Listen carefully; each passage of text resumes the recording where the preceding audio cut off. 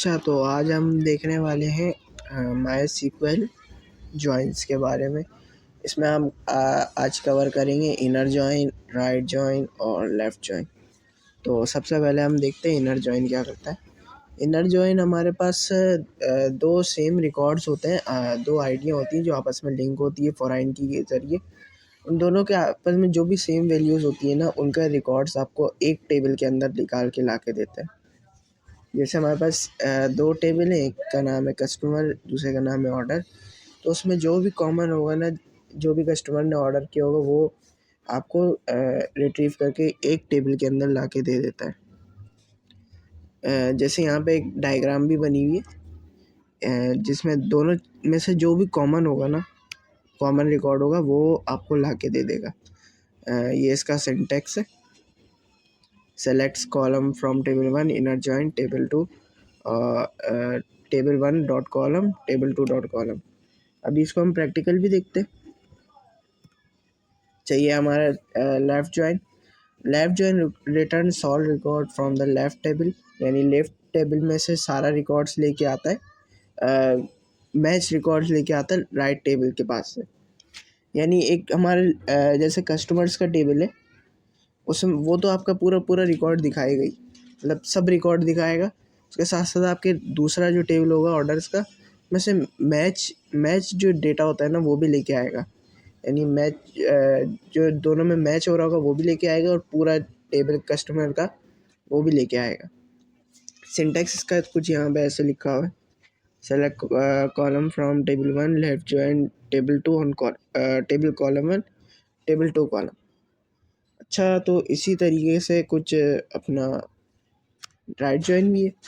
Right join जो है हमारा, जैसे ऑर्डर्स है, ऑर्डर्स में से जो है सब लेके रिकॉर्ड आएगा इसमें। और हमारे पास जो सबसे ज़्यादा यूज़ होता है इनर जॉइन यूज़ होता है, और लेफ़्ट जॉइन यूज़ होता है। राइट जॉइन भी वैसे ही है, बिल्कुल लेफ़्ट जॉइन की तरह, जैसा अभी हमने देखा, बिल्कुल वैसे ही वर्क करता है। थोड़ा सा सिंटैक्स का चेंज है इसके अंदर। ये है कि ऑर्डर्स में से सब रिकॉर्ड लाता है, और टेबल 1 यानी कस्टमर्स के टेबल में से ना, उसमें भी मैचिंग वैल्यूज़ लेके आता है। सेम टू सेम वही सिंटैक्स है, बस वो टेबल चेंज हो गया। इसको हम थोड़ा प्रैक्टिकल भी देखते हैं। अच्छा, तो सबसे पहले इसके लिए हमें XAMPP में आना पड़ेगा, और XAMPP में आने के बाद हमें MySQL ढूंढना है। और पहले तो हमें XAMPP स्टार्ट करना पड़ेगा। XAMPP सर्वर स्टार्ट करके उसके बाद MySQL में आके हम बिन में आएंगे, बिन, और फिर यहाँ पे CMD। अच्छा, उसके बाद ये क्यूरी होती है MySQL चलाने की। आप इसको phpMyAdmin पे भी कर सकते हैं ना, लेकिन मैं यहाँ पे करके दिखाऊंगा क्योंकि ये ज़्यादा ईजी है मेरे लिए, या फिर समझाने के लिए भी ईजी होता है। MySQL -u root -p। Password हमारा कोई है नहीं, तो इसे नहीं है। अच्छा, तो अब हम इसमें से मैंने एक डेटाबेस बनाया था जॉइंस के नाम से, तो हम वो कर लेते हैं यूज़ जॉइंस। ये डेटाबेस है हमारा, सही, ये मैंने बना के रखा हुआ है ऑलरेडी। अच्छा, तो हमारे पास कुछ दो टेबल हैं, कस्टमर और ऑर्डर्स के नाम के। तो मैं यहाँ से टेबल्स शो करा लेता हूँ। ये देखिए, ये हमारे पास दो टेबल्स हैं, कस्टमर्स और ऑर्डर्स के नाम से। अच्छा, अब यहाँ से मैं दोनों टेबल्स का डेटा मतलब वो निकाल के दिखा देता हूँ। सेलेक्ट के दोनों टेबल्स में है क्या, सेलेक्ट ऑल फ्रॉम कस्टमर्स।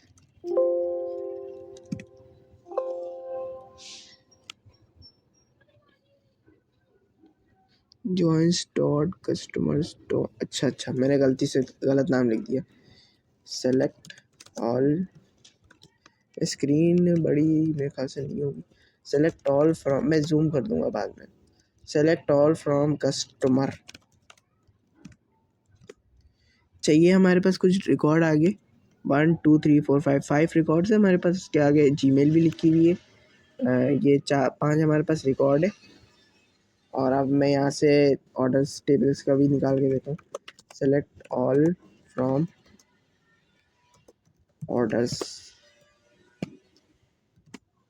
अच्छा, अभी हमारे पास ऑर्डर्स का भी टेबल आ गया। अच्छा, अब इसमें कॉमन बात ये ये जो है हमारा ऑर्डर्स का टेबल है वो इससे कनेक्ट है, यानी फॉरेन की से यहाँ से कांस्टेंट से इससे कनेक्ट हो गया CID से, मतलब कस्टमर टेबल की एक ID से कनेक्ट हो गया। तो अब आप इसमें देख सकते हैं कि इसमें 5 रिकॉर्ड्स हैं, 5 इसमें ऑर्डर्स हैं। अब वन ने जो है वन ने हमारे पास ख़रीदा है 2000 का, सही है, ऑर्डर अमाउंट है उसकी 2000, और दो की भी हमारे पास जो है 200 है, 4 की भी हमारे पास 200 है, और 3 की भी खान ने भी हमारे पास 2000 का ख़रीदा है। अब इसमें से जो हमारे पास नज़र नहीं आ रहा है वो क्या नहीं नज़र आ रहा है, 5वें का, यानी 5वें ने कुछ हमारे पास ख़रीदा नहीं है। अब इसको हम देखेंगे कैसे। सबसे पहले तो हमें कॉमन दोनों टेबल्स को एक ही उसमें निकालना है, तो उसके लिए लगता है हमारे पास इनर जॉइन, यानी दोनों को एक साथ देखना है, तो हमारे पास जॉइंट्स यूज़ होते हैं और उसके लिए इनर जॉइन यूज़ होता है। उसके लिए हम क्वारी लिखेंगे, क्यूरी लिखेंगे, जो भी आप बोलो। Select all from customer inner join. वैसे आप जॉइन भी लिख सकते हो क्योंकि बाय डिफ़ॉल्ट इसका वैल्यू जो है इनर जॉइन की इनर जॉइन ही होती है। Inner join orders where customer dot CID, यानी कस्टमर की जो ये CID है वो हमारे पास इक्वल्स टू है ऑर्डर्स की CID से।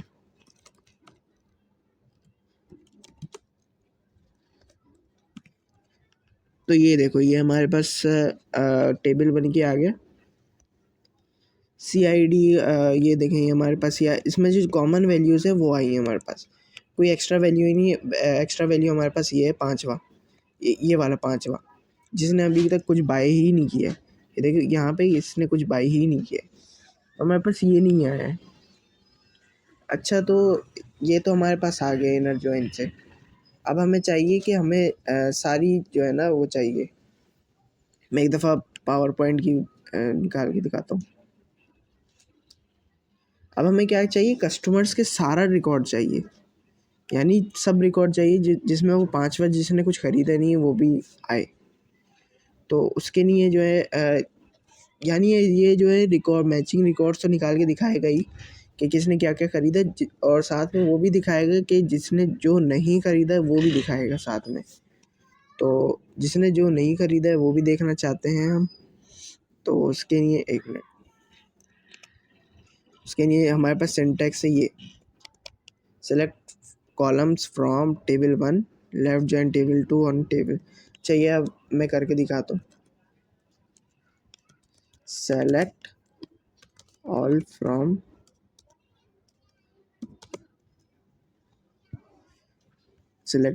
Customer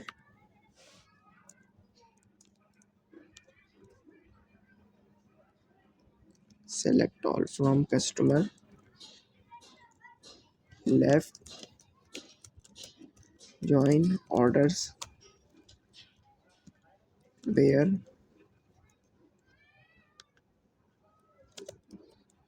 customer dot CID equals to orders dot CID।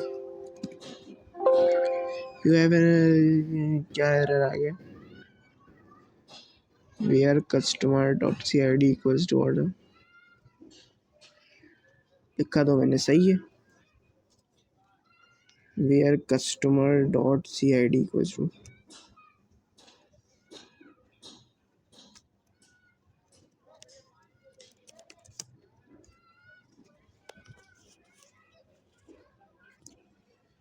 अच्छा, इसको एक और चीज़ में मुझे बतानी रह गई थी, पहले वो बताया तो मैं इसको कंटिन्यू रखते हैं। अच्छा, जैसे हमें इसके साथ हमें ऑर्डर अमाउंट भी चाहिए, इनर जॉइन के साथ हमें कस्टमाइज चीज़ें चाहिए, तो हम ऐसे लिखेंगे select from select customer dot CID, और क्या चाहिए हमें, यानी कस्टमर डॉट CID चाहिए, कस्टमर की हमें ये चाहिए CID, यानी कस्टमर की ID चाहिए, और कौन से टेबल में से? कस्टमर में से। ये कस्टमर का नाम है, उसके साथ CID। अच्छा, हमें क्या चाहिए? कस्टमर का नेम चाहिए, सी नेम चाहिए, हमें सी मेल चाहिए। नीचे आएगा फ्रॉम कस्टमर। अब इनर जॉइन ऑर्डर,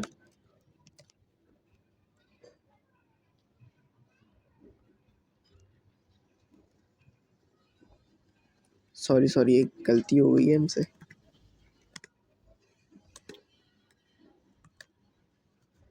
एक मिनट। अच्छा, हमने थोड़ी सी गलती कर दी थी। Select customer .cid, C name, C mail, और हमें ऑर्डर अमाउंट चाहिए ऑर्डर्स में से। तो हम लिखेंगे ओ अमाउंट, ऑर्डर अमाउंट, और क्या चाहिए हमें? Orders .cid।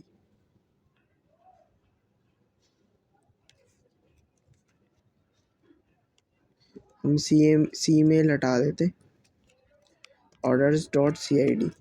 अच्छा, अब हम यहाँ पे जाएंगे,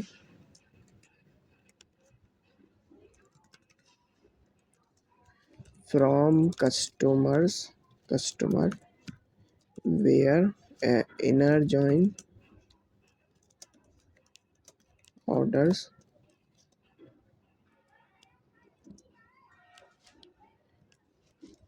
where customer.cid equals to orders.cid। अच्छा, अब ये देखें, ये आ चुकी है हमारे पास, कस्टमर CID आ चुकी है, सी नेम आ चुका है, कस्टमर का नेम आ चुका है, ऑर्डर अमाउंट भी आ चुकी है हमारे पास जो हमने यहाँ पे दी थी, और ऑर्डर्स की CID भी आ चुकी है। ये सब हमारे कस्टमाइज है, इसमें से सी मेल नहीं है क्योंकि हमने सी मेल दी नहीं थी। अब हम नेक्स्ट टॉपिक हम देखने जा रहे हैं इनर SQL जॉइन। ये रहा हमारे पास inner SQL join, sorry left SQL join हम देखने जा रहे हैं। अच्छा, चलो अब इसके हम लेफ्ट SQL जॉइन हम लोग देखने जा रहे हैं।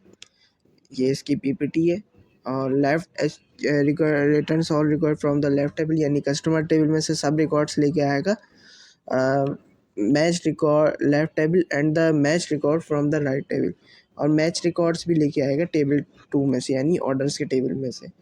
सिंटैक्स हमारा कुछ ये है। अब हम इसको रियल लाइफ करके देखते हैं। Select customer .cid, C name, और ऑर्डर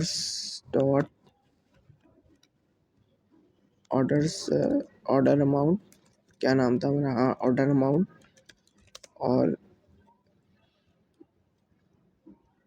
ऑर्डर्स, बल्कि बस इतना ही बहुत है। अच्छा, from customer inner sorry left join orders where customer.cid equals to orders.cid। क्या हो गया इसके अंदर भाई?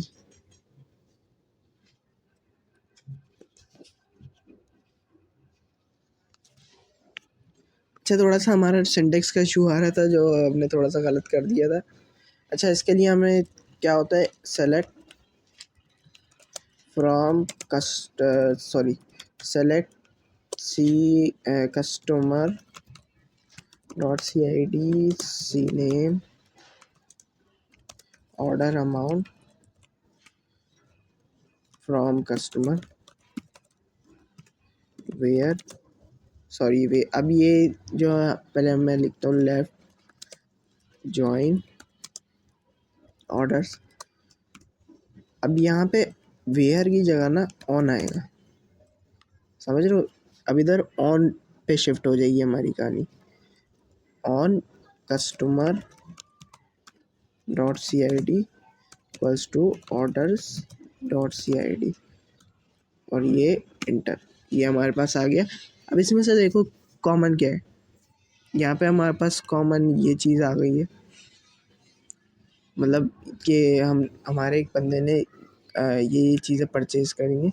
अब इसके अंदर ये जो है सारी चीज़ें जो है ना, इसमें लेफ़्ट जॉइन की, मतलब जो हमारा टेबल नंबर 1 था कस्टमर्स का, उसमें से सारी चीज़ें ये उठा के ले आया है।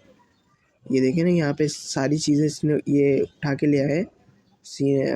या हमारे पास मैचिंग वैल्यूज़ तो ये 4 थी ना, इन्होंने परचेज़ किया था, लेकिन ये जिसने नहीं ख़रीदी थी यानी सारे उसने उसकी भी वैल्यू उठा के ले आया 5वें की, ये जो कि नल थी हमारे पास, ये भी उठा के ले आए। ये होता है हमारे पास लेफ़्ट जॉइन ऑर्डर्स, यानी लेफ़्ट जॉइन हमारे पास जो होता है ये होता है हमारे पास, जो कि मैचिंग वैल्यूज़ भी लाता है और टेबल नंबर 1 की भी सारी वैल्यूज़ उठा के ले आता है। अब इसी तरीके से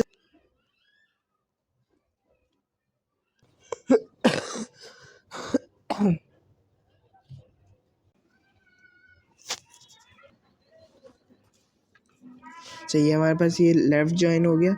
अब राइट जॉइन है हमारे पास, इसकी हम थोड़ी सी देख लेते हैं। Right join records from the right. अच्छा, इसके अंदर ये है कि राइट जॉइन हमारे पास ऑर्डर्स का टेबल है, तो हमारे पास अगर ऑर्डर्स हैं यानी कस्टमर होंगे तो ऑर्डर भी होगा हमारे पास, यानी मेरी बात समझ रहे होंगे। हमारे पास अगर ऑर्डर ही नहीं होंगे तो हम कहाँ से निकाल के लाएंगे टेबल। अब मेरी बात समझ रहे होंगे जो मैं कहना चाह रहा हूँ, यानी ये हमारे पास क्या कह रहा है, राइट जॉइन हमारे पास सारी रिकॉर्ड्स निकाल के लाएगा अपना किससे, ऑर्डर्स के टेबल से, लेकिन वो भी वैल्यू निकाल के लाएगा जो कॉमन है। तो हमारे पास अगर ऑर्डर ही नहीं होंगे तो कहाँ से वैल्यूज़ निकाल के लाएगा। तो हमारे पास सिंटेक्स बिल्कुल सेम ही है, क्यूरी भी बिल्कुल सेम है, बस इसके अंदर चेंज सिर्फ इतना है कि ये जो है हमारे पास ऑर्डर्स के टेबल से, बस अगर कोई बोले ना कि मुझे ऑर्डर्स के टेबल में से सारी वैल्यूज़ निकाल के दो, और यानी दूसरे टेबल से भी निकाल के दो, हमारे पास कस्टमर्स का टेबल है उसमें से वो मैचिंग वैल्यूज़ निकाल के दो, हमारे पास राइट जॉइन यूज़ होता है। हम इसको भी करके देखते हैं। अब हम लिखेंगे सेलेक्ट सी नेम या customer dot CID, C name और ऑर्डर्स CID। अब यहाँ पे हम लोग देखते हैं राइट जॉइन,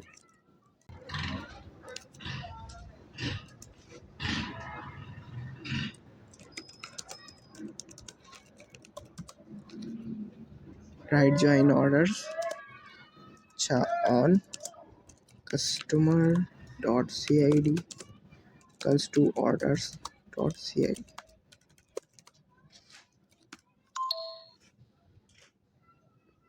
अच्छा, ये हमारे पास सारे आ गए, हमारे पास CID के भी आ गए, यानी जिन्होंने ऑर्डर दिया है